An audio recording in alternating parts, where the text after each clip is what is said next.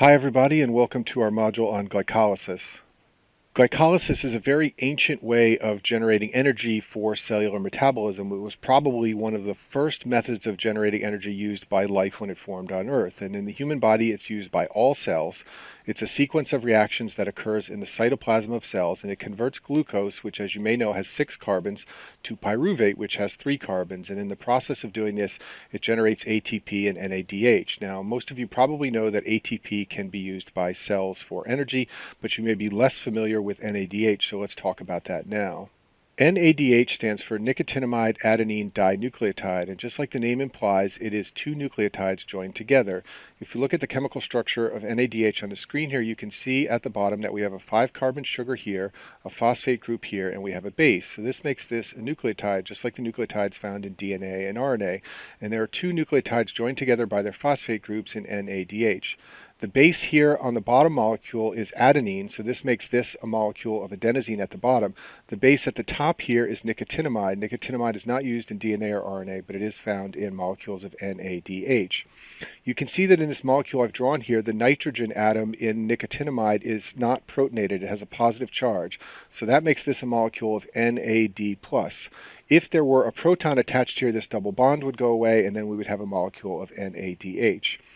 The function of NADH in cellular metabolism is to carry electrons. So NAD plus can accept electrons. NAD with a hydrogen attached can donate electrons. And you can just remember that anytime the hydrogen is attached, it is carrying electrons that it can donate for other reactions. And one of the most important places that NADH donates its electrons is to the electron transport chain in the mitochondria. This leads to the generation of ATP. Shown on the screen here are the reactions for glycolysis, and you may have learned about these in a college course in biochemistry, but for medical school and USMLE Step 1, it's very low yield to memorize the names of all of these molecules and all the enzymes involved. Only certain ones are important, and we'll go through these in this module now. Some key things to recognize are that glucose, as you may know, is a 6-carbon molecule. However, at this stage of glycolysis, the glucose molecule is split into 2 3-carbon molecules. This is the structure of glyceraldehyde 3-phosphate on the screen here, and you can see that it only has 3 carbons in comparison to glucose, which has 6. The remainder of the reactions involve 3-carbon structures, and the sequence finishes with pyruvate, which is a 3-carbon structure, as I've shown on the screen right here. Another key point to recognize is that most of these reactions are reversible, and thus I've shown them as 2 green arrows going in both directions. This means that when the level of one substrate gets high, for example, if 3-phosphoglycerate got high in this reaction right here, then via equilibrium we would generate more 2-phosphoglycerate. On the other hand, if 2-phosphoglycerate got high, then via equilibrium we would generate more 3-phosphoglycerate. So these reversible reactions can go in both directions. Therefore, they are used in glycolysis to go this way and generate pyruvate, but they are also used in gluconeogenesis to go the other way and generate glucose. And I talk about gluconeogenesis in a separate module. 3 of these reactions, however, are not reversible, and they are indicated by the red arrows on the screen here. So the conversion of glucose to glucose 6-phosphate is not reversible, fructose 6-phosphate to 1,6-bisphosphate is not reversible, and phosphoenolpyruvate to pyruvate is not reversible. These are the most important reactions to know for glycolysis, and we'll talk about these in detail in this module. Glycolysis is traditionally divided into 3 stages, and that's how we'll talk about it in this module today. The first stage is called the priming stage. This is where the cell invests energy and spends ATP in order to convert glucose to a more favorable structure to go through the remaining reactions. The second stage is called the splitting stage, where it divides from a 6-carbon structure to a 3-carbon, and then finally we have the energy stage where ATP is generated. The first reaction in the priming phase is the conversion of glucose to glucose 6-phosphate, and there are different enzymes in different cells in the body that catalyze this step. Some cells of the body use hexokinase and other cells use glucokinase. And just a side note here, in glycolysis and gluconeogenesis, anytime you see the name of the molecule have the word phosphate added to it, as in this step, then the enzyme that catalyzes that step is going to be a kinase. Kinase enzymes add phosphate groups, and most of the time that phosphate group will come from ATP. One of the things you need to be aware of to understand this step of glycolysis is that glucose often moves in and out of cells, but once it is phosphorylated to glucose 6-phosphate, it is trapped inside of cells. So hexokinase will catalyze this step for most tissues in the body. And hexokinase, in contrast to glucokinase, is strongly inhibited by glucose 6-phosphate. This blocks cells from hoarding glucose. Let me explain what I mean by that. Cells will take up glucose and phosphorylate it, but once they develop a sufficiently high level of glucose 6-phosphate, that will inhibit this step and the cell will stop taking up glucose. In other words, cells will only take up glucose until they have satisfied their metabolic requirements. Also, in contrast to glucokinase, insulin does not have an effect on hexokinase. It is always operating based on the level of glucose 6 phosphate inside the cell. And then the enzyme kinetics of hexokinase and glucokinase are different, and you need to understand those differences. So we'll talk about hexokinase first. It has a low Km, and this means it usually operates at the maximum rate. I'll talk about that in a minute. And it has a low Vm, which means that the maximum rate the enzyme can function is not that high.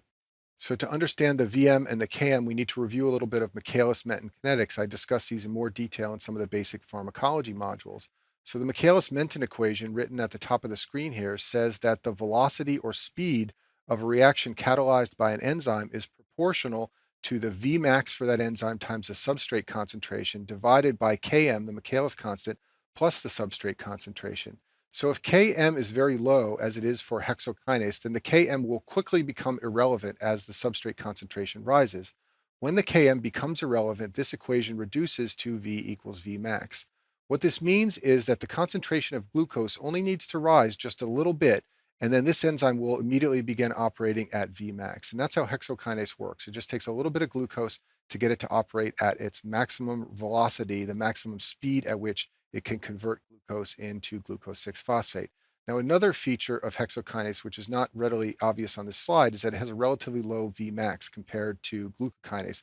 In a minute, I'll show you a comparison of the two reactions, but this maximum velocity, maximum speed of the conversion of glucose to glucose 6 phosphate is lower than it is for glucokinase. Now let's talk about glucokinase. Glucokinase is found in the liver and also in the pancreas, and it has a couple of important differences from hexokinase. First of all, it is not inhibited by glucose 6 phosphate, and it is induced by insulin. In fact, insulin can promote transcription of this enzyme at a genetic level. Now, even though it isn't inhibited by glucose 6 phosphate like hexokinase, it can be inhibited by fructose 6 phosphate, which is the next molecule down the line in glycolysis. This inhibition, however, can be overcome by high levels of glucose, and let's talk about the implications of that. This means that anytime the glucose level is high, glucokinase will be taking up glucose into the liver and converting it into glucose 6 phosphate. It doesn't matter what the level of fructose 6 phosphate is. If glucose levels are high, the liver will take up glucose. And that's because you want the liver to take up glucose anytime blood sugar levels are high so that it can store it as glycogen for later use. Another way to look at this is that the only time this enzyme is inactive is when you have two things present, both a low glucose level and a high level of fructose 6 phosphate. So let's think about this. When you're fasting, your blood sugar level becomes low. And also in times of fasting, the liver begins to perform gluconeogenesis. This means that pyruvate molecules are being converted into fructose 6 phosphate as part of gluconeogenesis. So when both of these are present, you want to shut down this enzyme so that glycolysis will not proceed and the liver will favor gluconeogenesis. Make sure you think about this. This inhibition by fructose 6 phosphate, which is overcome by high glucose, can be confusing. Another important difference between hexokinase and glucokinase has to do with the enzyme's kinetics. Glucokinase has a high Km, and this means that its rate varies with the concentration of glucose.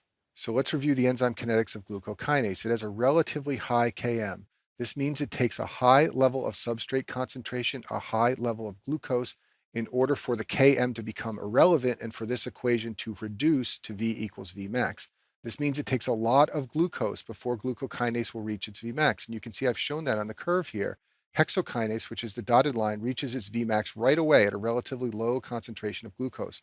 You have to get to a much higher concentration of glucose in order for glucokinase to reach its Vmax. And that's what happens when the Km value is high for an enzyme. In addition, as you can see, the Vmax for glucokinase is much greater than the Vmax here for hexokinase. This means it can convert much more glucose to glucose 6 phosphate if the substrate concentration is sufficiently high. And then a final feature to know about of glucokinase is that it has a sigmoidal curve. This means the enzyme demonstrates the phenomena of cooperativity. Once it binds its first molecule of glucose, it then becomes more active and can more rapidly begin to ascend towards its Vmax. So I've summarized these points for you here. Glucokinase has a high Km. That means it takes longer for it to reach its Vmax, and it has a high Vmax, which means it can operate at a higher velocity compared to hexokinase. And as I've indicated up here, you might reach your Vmax after a meal when the glucose concentration is very, very high. Glucokinase will be very active, pulling lots of glucose into the liver, and that's because the liver wants to store it as glycogen for later use. There is an unusual mechanism by which fructose 6-phosphate inactivates glucokinase, and that's by way of a protein called glucokinase regulatory protein, or GKRP. This protein translocates glucokinase to the nucleus, and once the enzyme has been moved out of the cytosol and into the nucleus, it is inactivated. In the presence of fructose 6-phosphate, GKRP will bind to glucokinase and pull it to the nucleus, and I've shown that on this picture down here. GKRP is binding glucokinase in the presence of fructose 6-phosphate and pulling it to the nucleus where it is inactive. In the presence of glucose, however, glucose will compete with GKRP for GK binding, and when glucose is around, it will bump the GKRP off of glucokinase and release glucokinase so that it can go out into the cytosol and do its job. And so just like I showed you 2 slides ago, what this means is that the only way glucokinase is going to be inactive is when you have both the presence of fructose 6-phosphate and the absence of glucose. In other words, a low glucose level. These two features together will lead to the inactivation of glucokinase. Otherwise, if there's glucose around, no matter what fructose 6-phosphate tries to do, glucokinase will make its way to the cytosol and be active. So another way that can help you keep the functions of hexokinase and glucokinase straight is to think about how they operate in the settings of low blood sugar and high blood sugar. So when you have low blood sugar, for example, in the fasting state, hexokinase found in most tissues of the body is still working. There's a relatively low level of glucose 6-phosphate, and therefore hexokinase is phosphorylating glucose whenever it can get its hands on it. On the other hand, glucokinase will be relatively inactive. Its rate is proportional to the glucose concentration. Also, it is activated by insulin, and insulin levels will be low in the fasting state. This means that in the fasting state, when there's relatively little glucose around, glucose will go to tissues when they can find it, and the liver will not take any of it up. And that should make sense to you because, as you may know, the liver performs gluconeogenesis in the setting of fasting, and therefore it doesn't want to be phosphorylating glucose and taking it into glycolysis. On the other hand, after a meal, when the blood sugar level is high, hexokinase in tissues will be relatively inactive. That's because the level of glucose 6-phosphate will become elevated, and that inhibits this enzyme so that the molecules of glucose won't be hoarded by tissues in the body like your muscles. Glucokinase, on the other hand, in the liver will be working. There's a high glucose. Remember, high glucose tells glucokinase to operate at its maximum rate. There's also high insulin, and insulin can stimulate this enzyme. This means that in the setting of high blood sugar after a meal, the liver will store glucose as glycogen, and the tissues will take up only as much as they need in order to satisfy their metabolic requirements. Rarely, people can be born with a relative deficiency of the glucokinase enzyme, and this results in hyperglycemia. The liver takes up less glucose after a meal. And in addition, remember that glucokinase is also found in the pancreas. So the pancreas will be less sensitive to glucose, and therefore it won't release insulin as readily as it normally would. Generally, the symptoms are relatively mild. People with a glucokinase deficiency have a mild hyperglycemia. When the glucose level gets high enough, the pancreas does react and release insulin. One thing that you should know is that this deficiency often is exacerbated by pregnancy, and many women who are diagnosed with gestational diabetes may in fact have a relative glucokinase deficiency. Now let's talk about the next important reaction in glycolysis, and that is the conversion of fructose 6-phosphate to fructose 1,6-bisphosphate. This reaction is catalyzed by the enzyme phosphofructokinase 1, and it is the rate-limiting step for glycolysis. And note that we go from a molecule with 1 phosphate, that's fructose 6-phosphate, to a molecule with 2 phosphates, fructose 1,6-bisphosphate.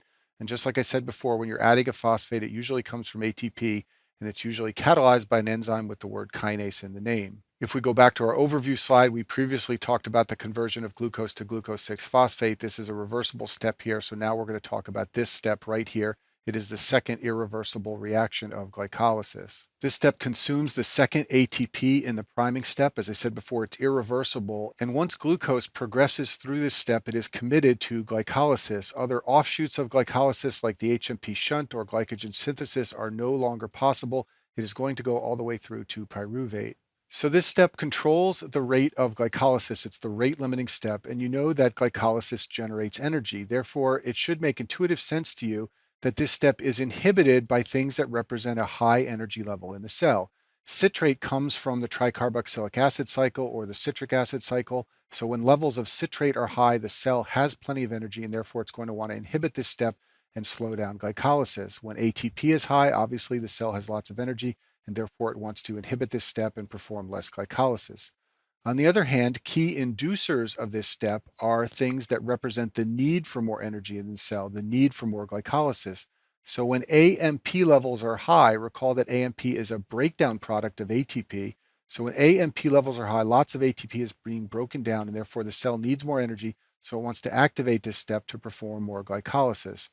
And then a second important activator of this step is a very important molecule called fructose 2,6-bisphosphate. And this molecule is the way in which insulin and also glucagon control the rate of glycolysis. So let's talk about how the level of fructose 2,6-bisphosphate inside of cells regulates glycolysis. The conversion of fructose 6-phosphate to 1,6-bisphosphate is catalyzed by the enzyme phosphofructokinase 1. This is the step of glycolysis that we're talking about now. The reverse reaction in gluconeogenesis is catalyzed by an enzyme called fructose 1,6-bisphosphatase 1. Just like PFK1 is the rate-limiting enzyme for glycolysis, fructose bisphosphatase 1 is the rate-limiting enzyme for gluconeogenesis. This means that the relative activity of these two enzymes determines whether molecules will flow in this direction for glycolysis or in the reverse direction for gluconeogenesis. What fructose 2,6-bisphosphate does is it activates phosphofructokinase 1 and it inhibits fructose 1,6-bisphosphatase 1. This means that it drives the flow of molecules in this direction, in the direction of glycolysis. The easiest way to remember the function of fructose 2,6-bisphosphate is to think of it as an on-off switch for glycolysis. When its level is high, it favors glycolysis and turns glycolysis on. When its level is low, it favors gluconeogenesis and turns off glycolysis. What's confusing about fructose 2,6-bisphosphate is that it is synthesized from fructose 6-phosphate, one of the molecules that it is supposed to regulate. The way this is done is by a pair of enzymes called phosphofructokinase 2 and fructose 1,6-bisphosphatase 2. They have the same name as these two enzymes here, they just have a 2 instead of a 1. And these two enzymes control the conversion of fructose 6-phosphate to 2,6-bisphosphate and the reverse reaction as well. So as we will see on the next slide, insulin or glucagon can result in the phosphorylation or dephosphorylation of these two enzymes right here. And depending on whether they are phosphorylated or dephosphorylated, they will tend to go either in this direction or in the opposite direction. And that is how insulin and glucagon can raise or lower the level of fructose 2,6-bisphosphate, which in turn affects the activity of these two enzymes here. This is a very confusing system, but if you just remember what I've written in this box here and think of 2,6-bisphosphate as an on-off switch for glycolysis, you can usually figure out what's going on at the enzyme level. The way that insulin and glucagon regulate glycolysis is by phosphorylating or dephosphorylating the two enzymes phosphofructokinase 2 and fructose bisphosphatase 2. These two enzymes working together determine the level of fructose 2,6-bisphosphate inside of cells. So insulin likes to drive these two enzymes to be in the dephosphorylated state because that favors glycolysis. Glucagon, on the other hand, likes to drive these two enzymes to be in the phosphorylated state because that favors gluconeogenesis. So what I just showed you on the last slide is that glucagon leads to phosphorylation of these two enzymes right here. Insulin leads to dephosphorylation of these two enzymes here. And by doing that, that's the way insulin and glucagon manipulate the levels of 2,6-bisphosphate inside of cells. Because this second messenger system can be confusing, I'll give you two more slides to hopefully make it very clear and stick in your mind. Insulin leads to dephosphorylation of these two enzymes. This favors the conversion of fructose 6-phosphate to 2,6-bisphosphate and increases the levels of fructose 2,6-phosphate. This goes and turns on glycolysis and therefore activates phosphofructokinase 1 so that glycolysis will proceed. You can see this man is eating, his insulin levels are high, and therefore his fructose 2,6-bisphosphate levels are also high. In the fasting state, represented by this empty refrigerator over here, glucagon leads to phosphorylation of these two enzymes right here. And when they are phosphorylated, this favors the conversion of fructose 2,6-bisphosphate back into fructose 6-phosphate. This will lower the levels of fructose 2,6-bisphosphate, which in turn will inhibit phosphofructokinase and glycolysis and favor the reverse process of gluconeogenesis. So that concludes our discussion of the priming stage of glycolysis. Now let's talk about the splitting stage. This is where a molecule of fructose 1,6-phosphate is converted into two molecules of glyceraldehyde 3-phosphate. Initially, the molecule is divided into dihydroxyacetone phosphate and glyceraldehyde 3-phosphate, but this molecule can be converted into GAP, and therefore you end up with two molecules of glyceraldehyde 3-phosphate. All of these reactions are reversible, and therefore gluconeogenesis can go in the reverse direction to synthesize glucose from pyruvate. The final stage of glycolysis is called the energy stage. It starts with glyceraldehyde 3-phosphate. The first reaction generates a molecule of NADH. The second reaction generates an ATP. And then the conversion of phosphoenolpyruvate to pyruvate, which is an irreversible reaction that we'll talk about more in a minute. This also generates a molecule of ATP. So this stage of glycolysis generates 2 molecules of ATP per molecule of glyceraldehyde 3-phosphate. However, recall that there are 2 molecules of glyceraldehyde 3-phosphate from each glucose. This means that each molecule of glucose that goes all the way through glycolysis to pyruvate will generate 4 ATPs. This is a 2 ATP net because recall that you spent 2 ATPs in the priming stage of glycolysis. This means that glycolysis in and of itself can generate 2 ATPs. This is with no oxygen. Of course, if you send the pyruvate into the TCA cycle, you can generate many more ATPs from the TCA cycle and oxidative phosphorylation in the mitochondria. Let's talk about the final reaction in the energy stage. That is the conversion of phosphoenolpyruvate to pyruvate. This step is catalyzed by the enzyme pyruvate kinase and it generates an ATP. As you can see, phosphoenolpyruvate is basically a pyruvate molecule with a phosphate group added. This is an unusual reaction in that the enzyme has the word kinase in its name, but it does not add a phosphate group to the end product. It removes a phosphate group from phosphoenolpyruvate and donates that phosphate group to generate a molecule of ATP. This is an irreversible step. It's inhibited by high levels of ATP in the cell and also by alanine. We'll talk about why it's inhibited by alanine in a minute. This step is also activated by fructose 1,6-bisphosphate. This is called feed-forward activation because fructose 1,6-bisphosphate is several steps higher in the glycolysis sequence. If we go back to our overview of glycolysis, this is where fructose 1,6-bisphosphate occurs, and it can feed forward and activate this final step to keep molecules moving in this direction through glycolysis. The hormones glucagon and epinephrine can affect this step. They can phosphorylate pyruvate kinase. This leads to inactivation of pyruvate kinase, and this slows glycolysis and favors gluconeogenesis. The reason that alanine is an inhibitor of pyruvate kinase and therefore an inhibitor of the process of glycolysis is because alanine levels represent a relative lack of glucose throughout the body. When skeletal muscles are wanting for glucose, they can degrade protein to use it for energy. A byproduct of degrading protein in skeletal muscles is the amino acid alanine. The skeletal muscles will release alanine into the blood and it will go to the liver. When the liver sees high levels of alanine, it will inhibit pyruvate kinase and therefore slow down glycolysis so that the liver does not use glucose. In turn, this means the liver will then convert the alanine back into glucose via gluconeogenesis, and it can send that glucose to the muscle cells that need it. This is called the alanine cycle. So as I've shown here, muscle cells will break down protein into amino acids and they will generate alanine. The enzyme that does this, by the way, is called alanine transaminase, and you may know it as ALT. It is an enzyme that is found in the liver and is elevated when there is liver damage. The alanine then travels back to the liver where it's converted to pyruvate and then converted into glucose via gluconeogenesis, and then the glucose can go to the muscle cells which need it. But for this reason, you can understand why alanine inhibits pyruvate kinase and therefore slows down glycolysis.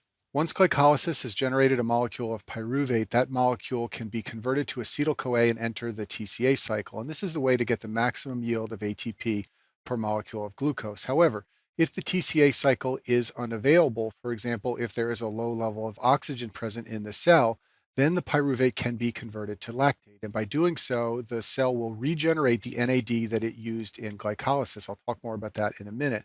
But what I do want to mention is that the enzyme that converts pyruvate to lactate is called lactate dehydrogenase, or LDH.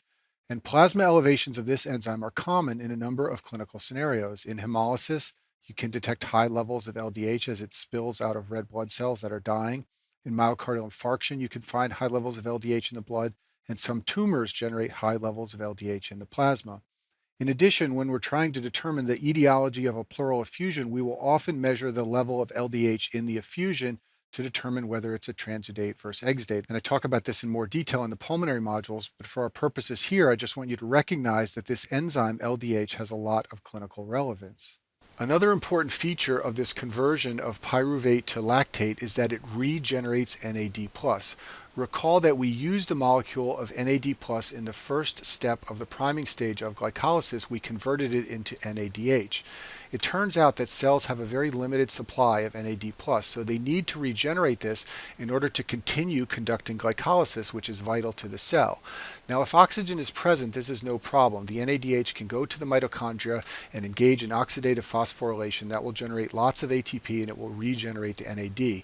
However, if O2 is not present, then the TCA cycle and oxidative phosphorylation are not available. In this case, the conversion of pyruvate to lactate is very important for regenerating the NAD molecules that the cell needs in order to keep conducting glycolysis. A very important and high-yield clinical correlation of this fact is lactic acidosis. When there's decreased oxygen around, there's less pyruvate entry into the TCA cycle. The TCA cycle becomes unavailable, but the cell needs to regenerate NAD in order to continue conducting glycolysis. Therefore, it will divert pyruvate into lactate in order to get the NAD back. This means that there will be more lactic acid production and a lactic acidosis will occur. The pH will fall, the bicarb level will fall, there'll be an elevated anion gap acidosis. And you commonly see lactic acidosis in many clinical situations. You can see it in sepsis, in bowel ischemia. Patients who have seizures can contract their muscles so vigorously that they deplete the oxygen supply in the muscles and therefore they begin producing lactic acid in order to regenerate that NAD. And this is all related to what I showed you on the previous slide, the need of the cell to regenerate NAD for glycolysis. Another clinical correlation of the need to regenerate NAD is muscle cramps. When you exercise too much, you consume too much NAD and you exceed the capacity of the TCA cycle and electron transport. You have an elevated ratio of NADH to NAD. This favors the conversion of pyruvate into lactate to get that NAD back that muscles need. This means the pH will fall in muscles and this is what leads to muscle cramps. And long distance runners have lots of mitochondria and larger mitochondria so that this doesn't happen and that they can continue to use the electron transport cycle and keep the level of lactic acid inside of their muscles low. Very rarely, children are born with a pyruvate kinase deficiency. This is an autosomal recessive disorder. The cells that are most affected are the red blood cells. They lack mitochondria, so they require glycolysis and pyruvate kinase for anaerobic metabolism. When they lose the function of pyruvate kinase, they lose glycolysis, and therefore they lose ATP. The result is that they can't maintain the integrity of their membranes, and they become deformed, and they get phagocytosed in the spleen because they have abnormal shapes. This usually presents as a newborn with extravascular hemolysis and splenomegaly. The disease severity ranges based on the enzyme activity, so babies that are completely dysfunctional in pyruvate kinase will often not survive and be stillborn. Other children are born and are generally well but can have a mild hemolytic anemia chronically. In the pulmonary module on hemoglobin, I talk about a very important regulator of oxygen uptake by red cells called 2,3-BPG or 2,3-bisphosphoglycerate. And you should know that 2,3-bisphosphoglycerate is synthesized as an offshoot of glycolysis.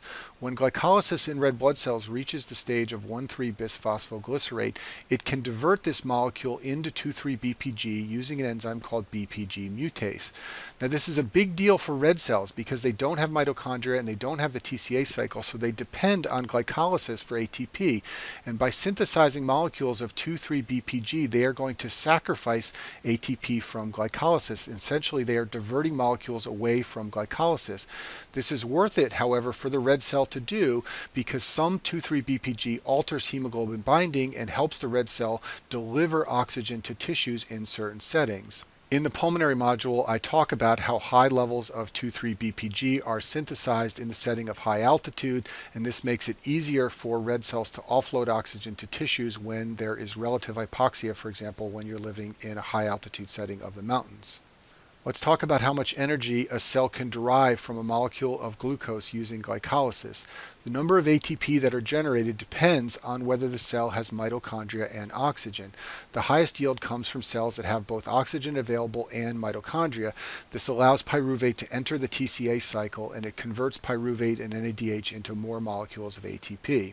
If a cell contains both oxygen and mitochondria, then that cell can carry out aerobic metabolism, and via aerobic metabolism, glucose plus oxygen can be converted into either 32 or 30 ATPs, plus carbon dioxide or water. The reason some cells make 32 ATPs from glucose and others make 30 is because it depends on which shuttle is used for oxidative phosphorylation. 32 ATPs can be produced when the malate aspartate shuttle is used for oxidative phosphorylation, and this is the shuttle that's commonly commonly used in the liver and in the heart.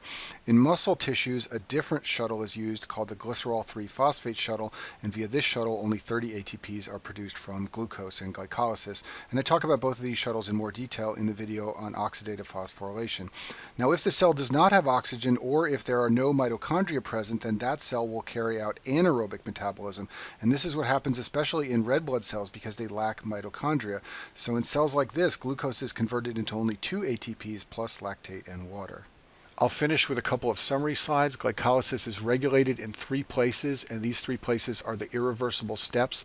Hexokinase and glucokinase work right here, and that's an important regulatory step for glycolysis.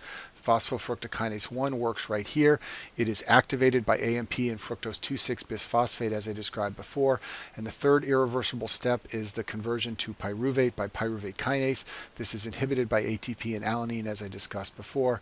And then I've also listed the 3 irreversible steps here, which are the most important steps for you to remember for step 1 of your boards.